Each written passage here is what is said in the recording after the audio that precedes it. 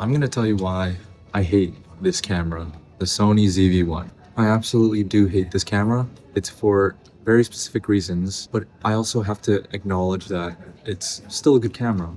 It's been very useful for my previous videos. Without it, I would be a lost child.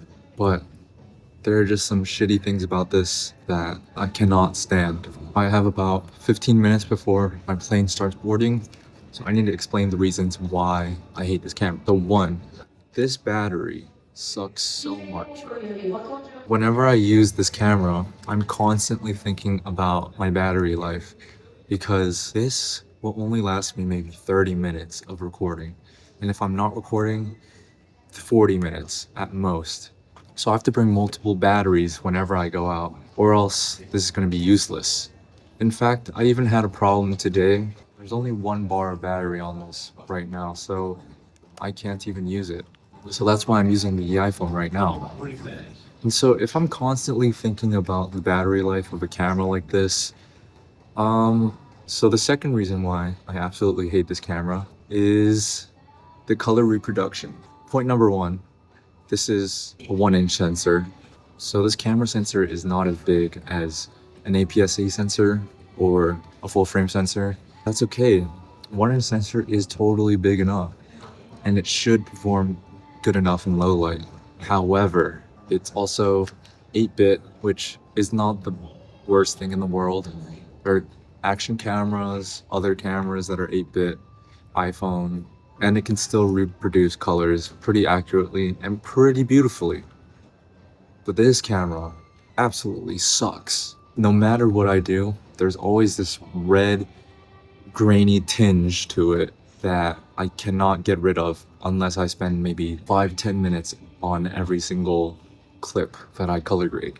And for some reason, when I color grade, it's not the same either. Sometimes it looks pretty good, and other times the shadows are hit with this ugly red color that I have to get rid of. Number 3, low light performance. So I bought this camera because it's small enough, specifically because it has the f1.8 aperture lens that's not included on any of the newer ZV cameras of this size. Honestly, it's been doing pretty good, but whenever it gets to low light, the shadows just crumble.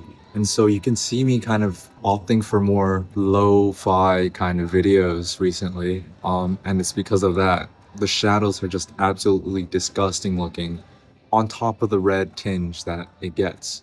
So there's noise, green, some purple noise, and then that red tinge as well. Number 4, the size. You can see it's actually a really small camera, but to be honest, this is not small enough for me. It's not discreet enough. If I want a professional camera, then I would have gotten a bigger camera. But if I want a more pocketable, more discreet camera, I should have gotten a smaller camera. This is just in that perfect size where you can fit it in your pocket, but it's uncomfortable. So that's this camera. Reason number 5, I don't know, is the stabilization. So Sony is famously known for having pretty poor stabilization, and this is no different. It has that digital stabilization feature, which is better than optical stabilization, but it's not enough. Things are too shaky. Everything is too shaky. Okay, it's about time to board, so I need to get out, and I'll keep talking later.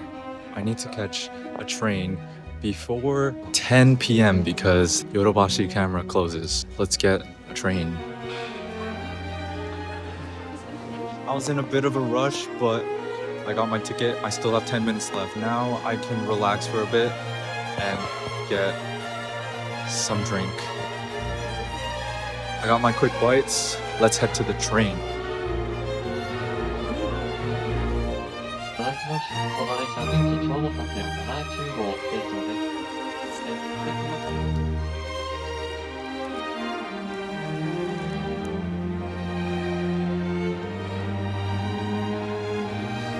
I was supposed to leave at Ueno Station, but I'm just an idiot, so I left a bit too early.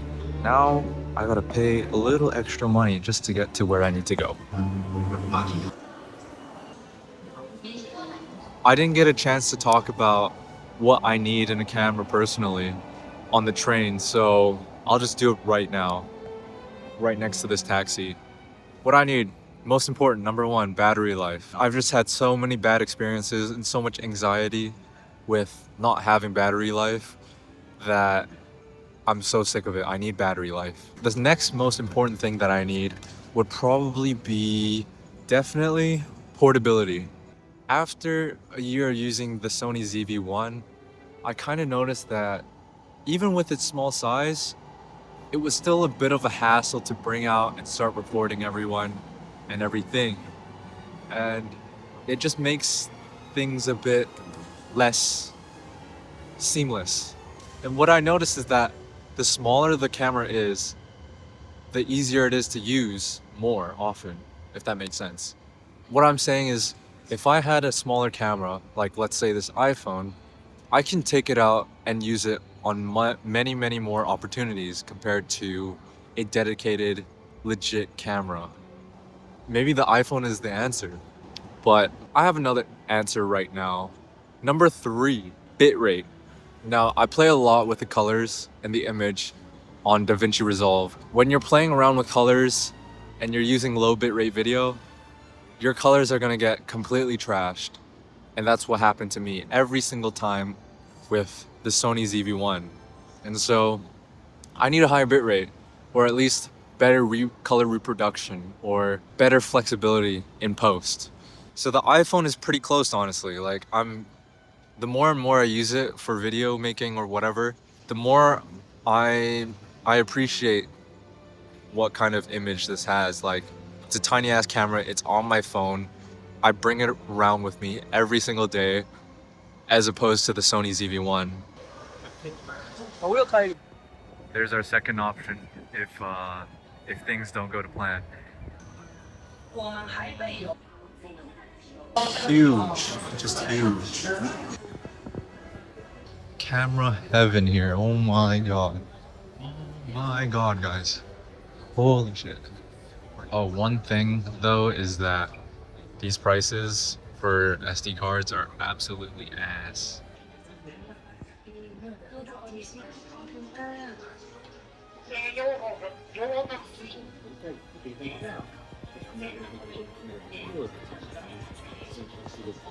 Okay, so the situation is I wanted black, but they don't have black anymore. They're sold out completely.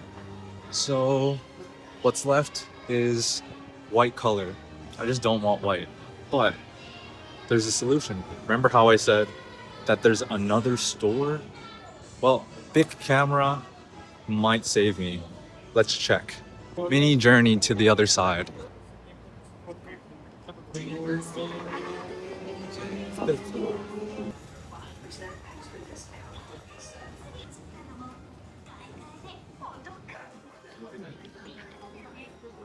They're completely sold out, so I guess I have to buy the one at Yodobashi again. So more exercise for me, I guess.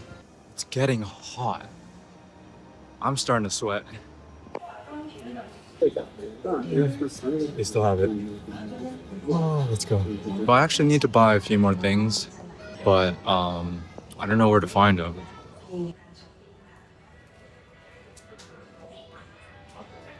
I found it. Success. I think I found a spot.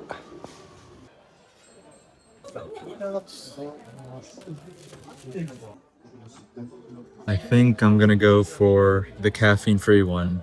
I'm learning that this is the most cooked place to do an unboxing, but here we are.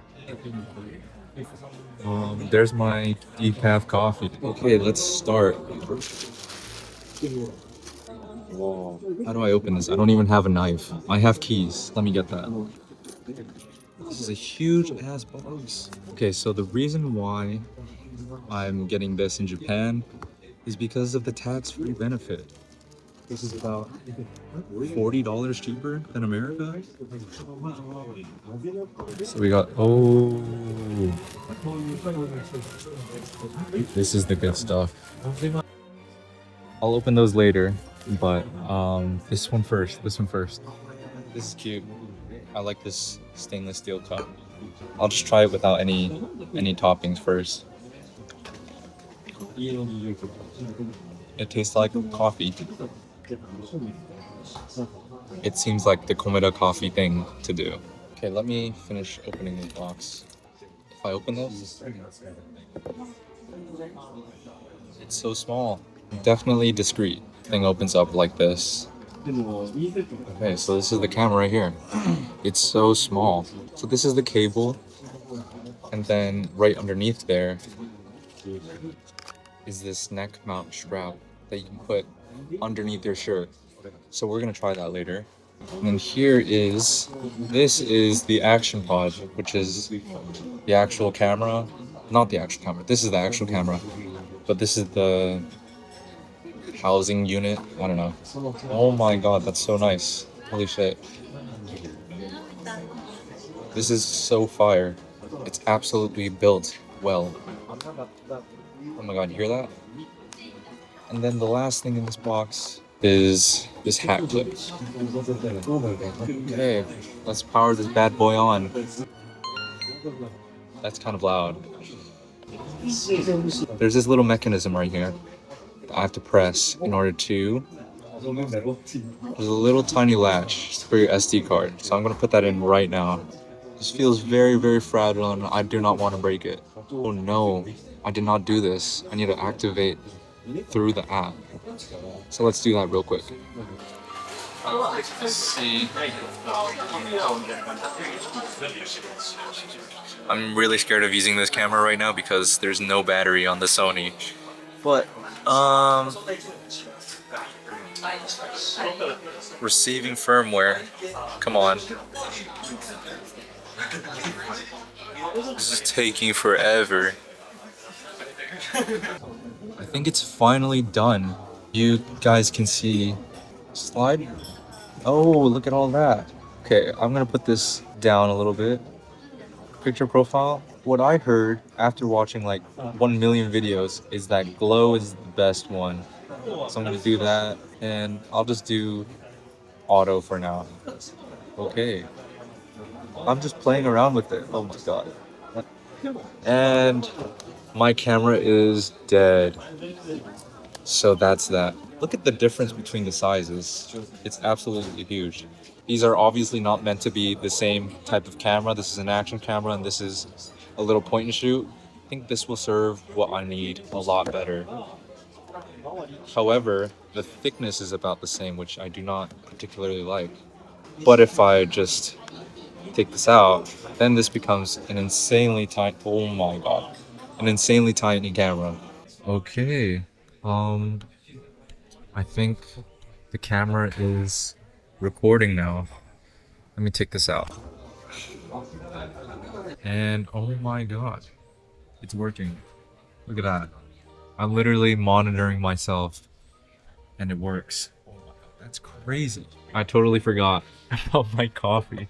Let me try it.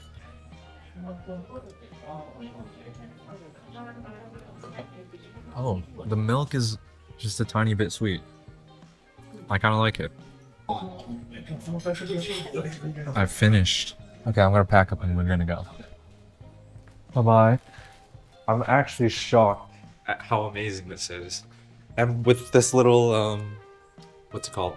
The little neck mount. It makes things a lot more convenient. Like, if I need to, I can just monitor like this, holding my bag, all this while recording. This is the most convenient thing I've ever used. What I immediately noticed about this camera is that I could totally use this every single day.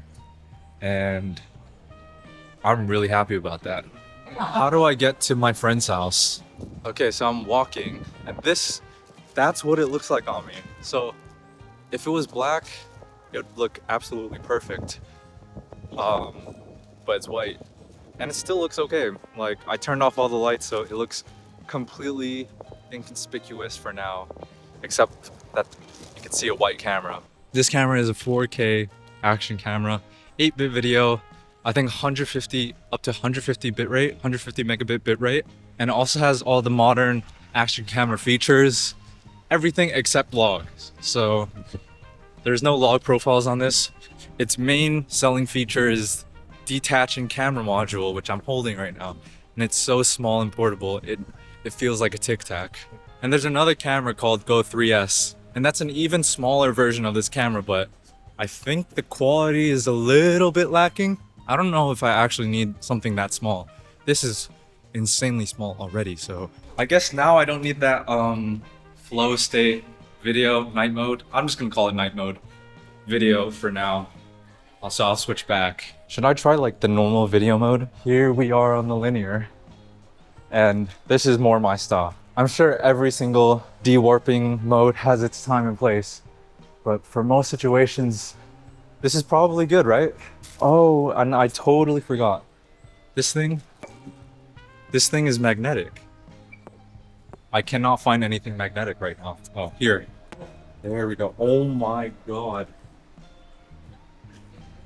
I don't need a tripod, which I hate tripods, by the way, because they're bulky and they get in the way of filming whatever you need to film.